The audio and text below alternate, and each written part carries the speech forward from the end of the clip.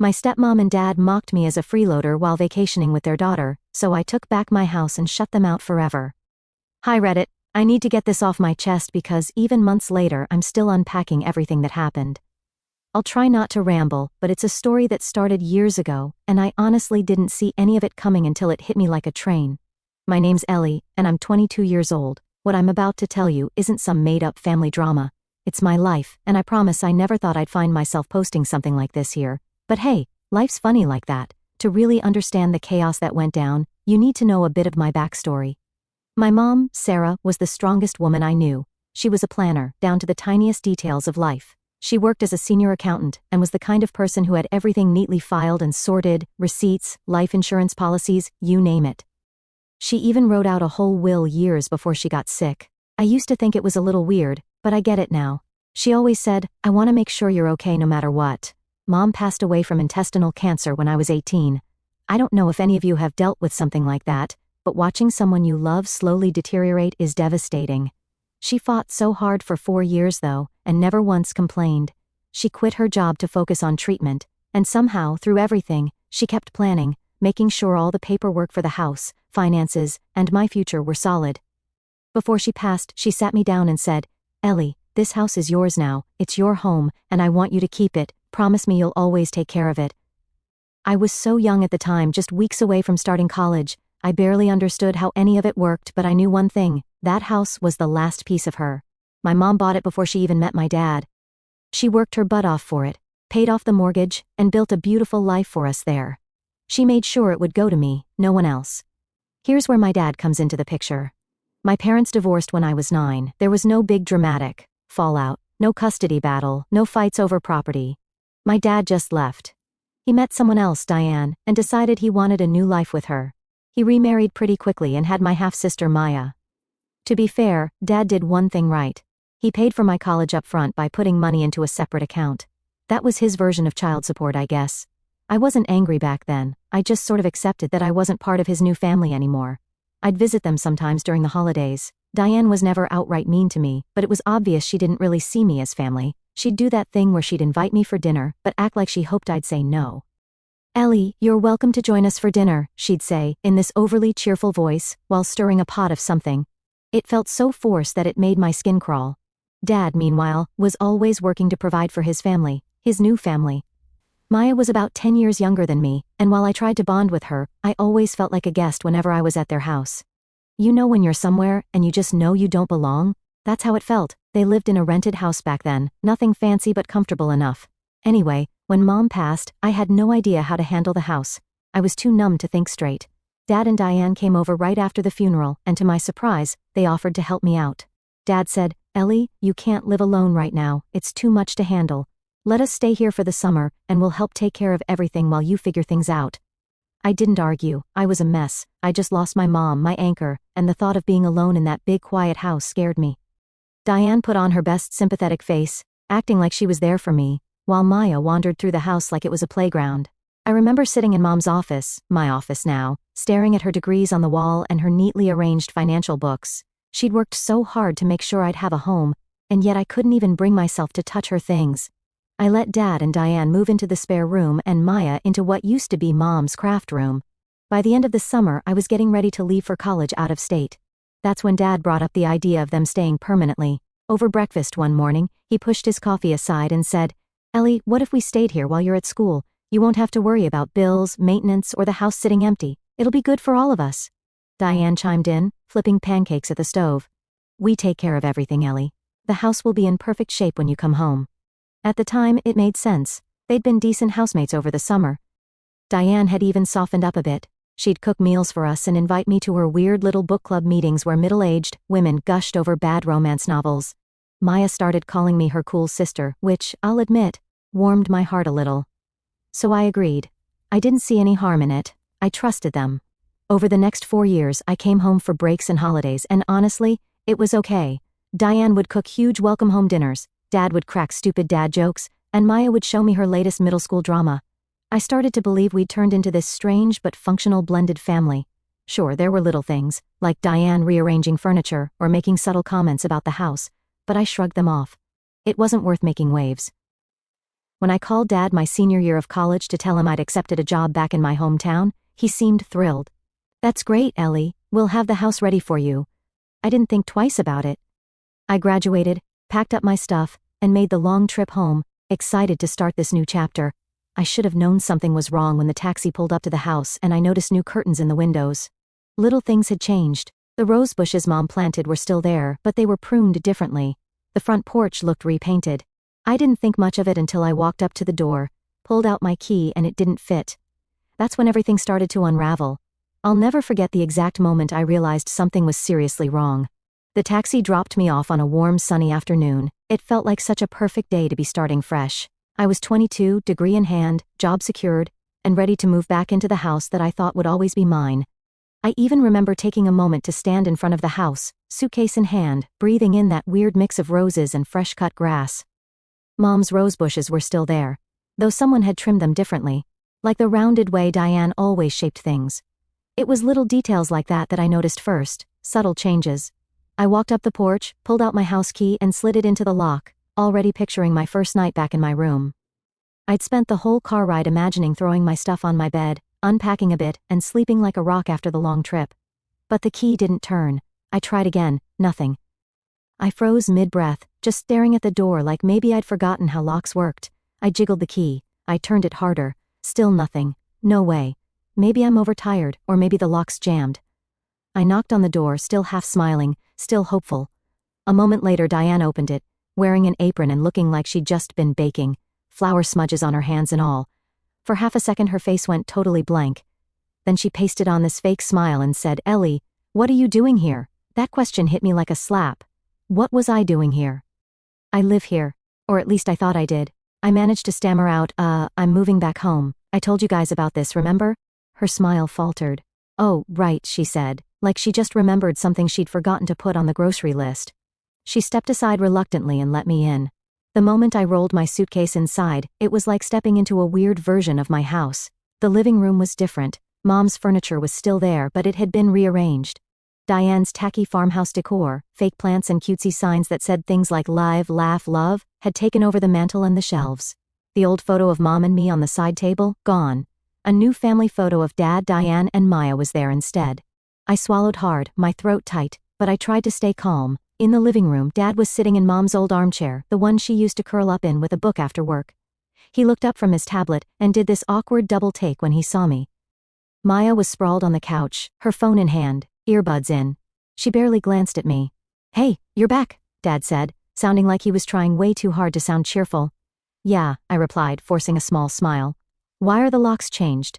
At that, Dad scratched the back of his neck, his nervous habit. "Always has been." "Oh, I changed them last month. There were a couple of break-ins in the neighborhood, so, for safety." "You didn't think to give me a new key?" My voice came out sharper than I intended, but I was already feeling weird about the whole situation. Diane, who was hovering behind me, jumped in. "We didn't think you'd be here so soon." "I graduated last week," I said, looking between them. "I told you guys I'd be moving back home from my job. I literally sent you the date I'd be here." Diane didn't respond. She just crossed her arms and stared at me like I was the one who'd done something wrong. Dad stood up and gestured toward the office. "Ellie, can we talk privately for a second?" I followed him, suitcase still in hand, my heart pounding. Mom's old office looked more or less the same, though I noticed some of her books had been pushed aside for Diane's stuff. Dad shut the door behind us, and when he turned to face me, I saw it. He was nervous, like he already knew what he was about to say was going to piss me off. "Listen," he started, his voice low. "There's something I need to tell you." Those words made my stomach drop. Dad hesitated, his hands twitching at his sides. "Diane, she thinks this house is mine, that I let you live here after your mom passed." I stared at him, not comprehending. "What?" He sighed, looking at the floor. "I never told her the truth, that your mom bought the house and left it to you. I told her I gave it to your mom after the divorce, and that it reverted to me when she passed." I couldn't speak. I just stood there staring at him, feeling like the air had been knocked out of me, my house, my mom's house. The one thing she fought so hard to make sure I'd have, and he lied about it to Diane for 4 years? "I had to, Ellie," Dad continued, still not meeting my eyes. "You don't understand what it's like. Diane wouldn't have agreed to live here if she thought it wasn't mine." I found my voice again, though it came out shaky. "So what? You let her think she owns my house, and now I'm supposed to just... what? Disappear?" He grabbed my arm, pleading. No, it's not like that. Just give me a little time to fix this." I'll tell her the truth, I promise. Just not yet. I don't want to ruin my marriage. Please. I couldn't believe what I was hearing. My own father was asking me to lie, to let them stay in my house, the house my mom worked her whole life to buy, because he was too much of a coward to admit the truth to his wife. I took the keys he handed me for the new locks, but I was done. I felt sick. I felt betrayed. But mostly, I felt like an idiot for trusting them. I agreed to let him fix it, but deep down, I already knew this wasn't going to end well. That night at dinner, the tension was so thick you could cut it with a knife. Diane sat at the head of the table, smiling like nothing was wrong, but I caught her glancing at me every now and then, sharp, calculating looks that made my skin crawl. Maya ignored me completely, and Dad barely spoke. I picked at my food, my mind spinning. This was only the beginning. I could feel it. You know how sometimes people don't have to say anything outright for you to know exactly how they feel about you? That's what living with Diane turned into. Constant, unspoken hostility wrapped in fake politeness. Dad was no better. He avoided me completely, as though ignoring the situation would make it disappear. It was as if I'd walked into someone else's house and had overstayed my welcome. Except it was my house. The first few days were awkward but tolerable. I spent most of my time in my room, unpacking my stuff, catching up with old friends over texts, and trying to process everything Dad had told me. The tension wasn't as bad at first, more like that quiet kind where you can feel people watching you. Diane would pop into the kitchen while I was making coffee and make passive remarks like, "Oh, you're up early, you must be on a college schedule still." Or, "Are you cooking for yourself tonight? I didn't realize you'd be eating in." The thing is, she wasn't yelling, but every comment carried an undertone that screamed, "You don't belong here." Then things escalated fast. On a Wednesday morning, I was about to throw in a load of laundry. I'd left my clothes sorted in the laundry room, and went to grab detergent. By the time I came back, Diane was pulling my clothes out of the washer and tossing them into a basket. My white shirts were suddenly mixed with dark clothes that hadn't been washed yet. I froze and just watched her for a second. "Oh," she said, like she'd only just noticed me. "I thought this was Maya's basket." "You really should label your stuff." "They were sorted," I said flatly. "And Maya doesn't do her own laundry, does she?" Her smile was razor thin. "Well, I can't keep track of everyone's mess around here." She picked up her cup of tea and walked out, leaving my clothes in a crumpled pile. I knew what she was doing. She wanted me to react, to cause a scene. But I wasn't going to give her the satisfaction that night at dinner. She made just enough food for 3 people. I didn't realize until I came to the table and saw 3 plates set, one for her, one for Dad, and one for Maya. She looked up at me and said, "Oh Ellie, I thought you were eating out tonight. You didn't say anything." "I live here," I said, trying to keep my voice calm. "You didn't ask." She shrugged and smiled, a fake sweetness to it. "Well, there's bread in the pantry if you're hungry." I sat there for a second, considering walking out or even flipping out on her. But instead, I just grabbed my coat and left. I couldn't stand sitting across from them another second. I ended up at the local diner, eating a sandwich alone, and texting one of my old friends from high school. "Please tell me you're free tomorrow. I need to get out of the house," I wrote. The next day, I reconnected with my friend Emily. She still lived nearby, and when I told her about the situation, she gave me that wide-eyed look you give someone when you can't believe what you're hearing. "Wait, they're living in your house, acting like you're the guest? Ellie, what the hell?" "I don't know what to do," I admitted. "Dad's too much of a coward to tell Diane the truth, and she's trying to make my life miserable. I feel like I'm losing my mind." We spent the afternoon hanging out, catching up on life, and for a few hours, I almost felt like myself again. Emily even joked, "If she keeps pushing, I'll come over and put her in her place for you." It made me laugh, but when I got home, the dread came rushing back. The house was dark and silent. I flicked on the hallway light, and noticed something odd. My shoes, which I'd left neatly by the door, had been moved into the coat closet. It was a small thing, but it sent a clear message. Diane didn't want any trace of me visible in her space. Over the next week she doubled down. I'd wake up to find my things moved around, like my coffee mug mysteriously shoved to the back of the cabinet, or my mail accidentally tossed into a pile of junk. One morning, I went to take a shower, only to realize the hot water was ice cold. Maya had conveniently taken a 45-minute shower right before me. Diane made a show of saying, "Oh Ellie, I guess you'll just have to get up earlier." Maya's growing, and she takes longer these days. The worst part was watching Maya change. When we were younger, she used to follow me around like a little shadow. She'd call me her big sister and beg me to braid her hair. Now she rolled her eyes whenever I walked into the room and muttered things like, "She's so lazy, Mom." I even overheard her on the phone saying, "I don't know why she's still here. It's not even her house." That hurt more than I care to admit. And then there was Dad. I swear I could feel him avoiding me. He'd come home late or go for walks anytime Diane started needling me in front of him. If I caught him alone and tried to talk about it, He'd just mumble something about keeping the peace. Keeping the peace for who? I hit my breaking point when Diane moved Mom's favorite vase.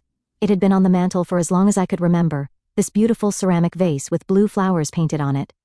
One day I came home and found it shoved onto a random shelf in the corner, almost hidden. In its place was one of Diane's tacky rustic pieces, an ugly wooden sign that said "Home Sweet Home." I asked her about it directly. "Why did you move the vase?" "Oh," she said, not even looking up from her tablet. "I just thought it didn't match the new style I'm going for in here. I'm sure you understand." I didn't reply, but I felt something snap inside me. That vase was more than just decor. It was a piece of my mom, a memory of her, and Diane had no right to touch it. That night, I started packing up Diane's things in my head. I wasn't ready to act yet, but I knew I couldn't keep living like this. By the time Saturday morning rolled around, I felt like I was living in someone else's house, an unwelcome guest in my own home. The hostility from Diane had grown so thick that even walking into the kitchen felt like stepping into enemy territory. I avoided being in the common spaces when she or Maya were around, just to keep my sanity. That morning, though, something was off. I woke up to silence, total silence. No sound of Diane in the kitchen banging pots, no Maya blasting pop music from her room, and no Dad watching the morning news on TV. It was eerie. At first, I thought maybe they'd just gone out for breakfast or something, but the house felt abandoned. It was too clean. The kitchen counters were spotless, the dining table was empty, and even the shoes that were always cluttered near the front door were gone. I stood there, barefoot, still in my pajamas, my stomach sinking. I checked my phone. Nothing. No texts, no missed calls. I tried calling Dad first, straight to voicemail. That's weird. I tried him again, same result. By this point, I felt like something wasn't right. Maybe it was paranoia after weeks of tension with Diane, but I couldn't shake the feeling that this wasn't just a regular Saturday morning. Finally, I dialed Diane. I was about to hang up after the fourth ring when she picked up. Her voice was sharp. "What do you want?" Her tone caught me completely off guard. I just wanted to know where everyone is. I woke up, and the house is empty." She laughed. Not a normal laugh, a mean, ugly sound that made my skin crawl. "Oh, didn't we tell you? We're in the Maldives. You know, sunny beaches, luxury resorts, the whole deal." I blinked, gripping the phone tighter. "What? The Maldives? First-class flights and everything," she added with mock cheer. "We didn't mention it because, frankly, we didn't want you tagging along. You're not exactly in the position to pay your way, are you?" My stomach dropped. "What are you talking about?" That's when she dropped the act completely. "I'm talking about you living in our house like some entitled brat," she spat. "Your father might be too soft to say it, but I'm not. You're a freeloader, Ellie. You've been mooching off us long enough. Do you know how embarrassing it is to have a grown woman squatting in our house while we're paying all the bills?" I could barely breathe. My hands were shaking, and I sank into one of the kitchen chairs, my legs too weak to hold me up. "It's not your house," I managed to choke out. "It's my house." She ignored me. "We're done, Ellie. When we get back, I want you gone. I don't care where you go. Sleep on a park bench for all I care. But you're not staying here. If you're still in that house when we come back, I'll personally throw you out." In the background, I could hear Maya laughing and Dad saying something I couldn't quite make out.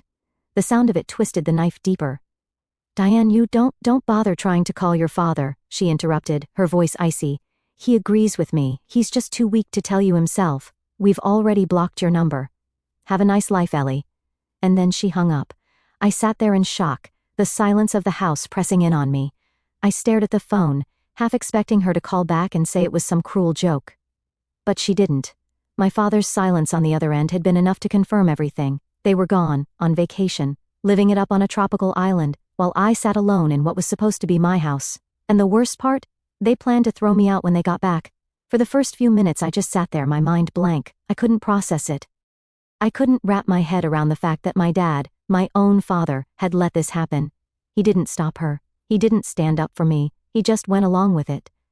But the shock didn't last long. It turned into something else, something I hadn't felt in weeks, rage. They wanted me gone? Fine. But they'd forgotten one very important thing. This was my house. I spent the next hour sitting in that chair, staring at the walls, replaying the conversation in my head. Diane's voice echoed over and over, freeloader, squatter, embarrassing. It wasn't just what she said, but the way she said it, like I was some useless parasite clinging to their perfect lives. Like I didn't belong here. Well, I wasn't going to let her win. By noon, I had a plan. First things first, I blocked their numbers. I didn't want to hear a word from any of them, not even Dad. Then I called a locksmith emergency service. The guy asked when I explained what I needed. Yes, I said, trying to keep my voice steady as soon as possible. The locksmith arrived that afternoon, an older guy with kind eyes who didn't ask too many questions. He changed every lock in the house, front door, back door, garage door, you name it. It cost me more than I wanted to spend, but at that point, I didn't care. Anyone else have keys to these doors? He asked as he handed me the new set. Not anymore, I replied. Once the locks were changed, I grabbed some garbage bags and boxes and started packing up their stuff. I was done pretending like everything was fine. If Diane and Dad thought they could waltz back into my house after treating me like garbage, they were in for a surprise. I went room by room. Diane's expensive clothes? Packed. Her fancy bathroom products cluttering up the counters? Into a bag. Maya's toys, school supplies, and whatever else she'd left lying around? Boxed up. Dad's golf clubs, the ones he never used but always bragged about having? Straight into the garage. By the time I finished, the sun was setting, and the garage was packed full of their things. It was exhausting, but it felt good, like I was reclaiming what was mine, piece by piece. I sat on the couch that night, staring at the clean, empty space that had been taken over for years. It felt strange, quiet, but it also felt like home again. I slept better that night than I had in weeks. The next morning I woke up with a sense of calm I hadn't felt in forever. I brewed myself a cup of coffee, sat in Mom's old chair, and watched the sunlight stream through the window. I knew this was just the beginning. Diane wasn't going to let this go without a fight, and Dad, well, I didn't know what to expect from him anymore. But one thing was certain, I wasn't going anywhere. It was a Friday evening when the storm hit. I'd been expecting it, honestly. I'd spent the whole week mentally preparing for the explosion that was bound to happen once they came back and saw what I'd done. I even rehearsed what I'd say, over and over again, so I wouldn't stumble or give them a chance to manipulate me. That afternoon, I'd come home from work, dropped my bag by the door, and noticed how quiet the house was. It wasn't the eerie, empty quiet I'd felt that morning after Diane's call. No, this was the kind of quiet that felt right. It felt like peace, my peace. I had just sat down with my laptop to catch up on some emails when I heard the car pull into the driveway. The sound of tires crunching on gravel made my stomach twist, but I forced myself to stay calm. I didn't move from my spot on the couch as I listened to doors slam, footsteps pound up the walkway, and then the sound of Diane trying, and failing, to unlock the front door. She started banging on it immediately. "Ellie!" Her voice was already shrill. "Ellie, what the hell is going on? Why won't the door open?" I let her bang for another 30 seconds before I stood up, grabbed the new keys from the counter, and walked to the door. I took my sweet time unlocking it, savoring the brief pause in her yelling. When I finally opened the door, I was greeted with Diane's furious face. Her hair was a mess, her face red, and she looked like she was ready to bite my head off. Behind her, Dad stood, stiff and awkward, looking anywhere but at me. Maya was hanging back near the car, her arms crossed and scowling. "What did you do?" Diane demanded, shoving her way past me into the entryway. "Why did you change the locks?" I stepped aside and let her storm in. Dad followed quietly, his shoulders hunched, avoiding my gaze. Maya trailed after him, clutching her phone like it was a lifeline. Diane turned on me immediately. "I want an explanation right now." I crossed my arms and met her glare without flinching. "It's pretty simple," I said. "This is my house, you don't live here anymore." Her mouth fell open like I'd slapped her. "Your house?" "Yes, my house. The house my mom bought. The house she left to me. The one you've been living in under a lie for the last 4 years. For a split second, the room went silent. Diane looked at Dad, her face full of confusion and growing anger. "What is she talking about?" Dad didn't answer. He just stood there, frozen. I turned to him, my voice sharp. "Tell her, Dad. Tell her the truth." Diane spun to face him. "What truth? What is she saying?" Dad mumbled something I couldn't hear. His voice was so quiet, I thought he might have been choking on his own guilt. "Speak up," Diane snapped. "What is she talking about, Richard?" Dad finally looked up, his face pale. "It's true," he said, his voice weak. "The house. It's not mine, it never was. Sarah bought it before we were married. She left it to Ellie in her will." For a second, Diane just stared at him, blinking as though she couldn't process the words. Then her face turned a deep shade of red. "You lied to me?" Dad flinched like she'd struck him. "I didn't mean—" "You told me this was your house," she shrieked. "You said you let Ellie stay here out of the goodness of your heart. Do you have any idea how stupid this makes me look?" Her voice was loud enough that I was sure the neighbors could hear, but I didn't care. Let her scream. Let her throw her tantrum. I'd spent weeks feeling like a stranger in my own home. She could deal with a little reality. Diane turned back to me, her eyes blazing. "You ungrateful little witch. After everything we've done for you." I cut her off. "Everything you've done for me? Like what?" Trying to erase my mom from this house? Calling me a freeloader? Planning to throw me out? That's not helping, Diane. She opened her mouth to argue, but I wasn't finished. Your stuff is in the garage, take it and leave. At that, Maya finally spoke up. Mom, let's just go. Her voice was quiet, and for the first time I saw something other than anger in her expression. Embarrassment, maybe. She looked at me for half a second before turning away again. Diane ignored her. We are not leaving, she snarled. This is our home too. No, it's not, I said, my voice steady. It's mine, and I want you out. Dad finally stepped forward, looking like he wanted to fix everything with a single sentence. Ellie, please, he said, his voice trembling. We don't have anywhere to go right now, just give us a few weeks. I held up my hand. No. His face crumbled. Please, sweetheart, I know I messed up, but we're family. Family doesn't treat each other like this, I shot back. You let this happen. You let Diane think this was her house. You let her treat me like garbage, and you stood there and said nothing. Dad had nothing to say to that. He just looked down at the floor like a scolded child. Diane, on the other hand, wasn't ready to give up. You're a selfish little girl, she spat. You think you're so high and mighty because of this house. You wouldn't even have it if it weren't for your father. I laughed bitterly. My father had nothing to do with this house. Mom bought it with her own money before you or him were even part of the picture. She made sure it would be mine because she knew I couldn't count on him. That shut her up. I turned back to Dad. You can take your stuff and leave. I'm done with this. For a moment, nobody moved. Diane stared at me like she wanted to lunge at me, but Dad finally nodded, his shoulders slumped in defeat. Fine, he whispered. It took them about an hour to load their things into the car. Diane didn't stop muttering under her breath the entire time, calling me names, swearing about how ungrateful I was. Dad just looked hollow. Maya stayed quiet, helping carry things without a word. When they were done, Dad knocked on the door one last time. I didn't open it. I watched from the window as they drove away, Diane's voice still faintly audible through the glass. The house was quiet again when they were gone. For the first time in years, it felt like it belonged to me, like it belonged to Mom. I sat down on the couch and let out a breath I hadn't realized I was holding. They were gone, finally. It's been 2 months since that day. Dad still tries to call from random numbers, but I don't pick up.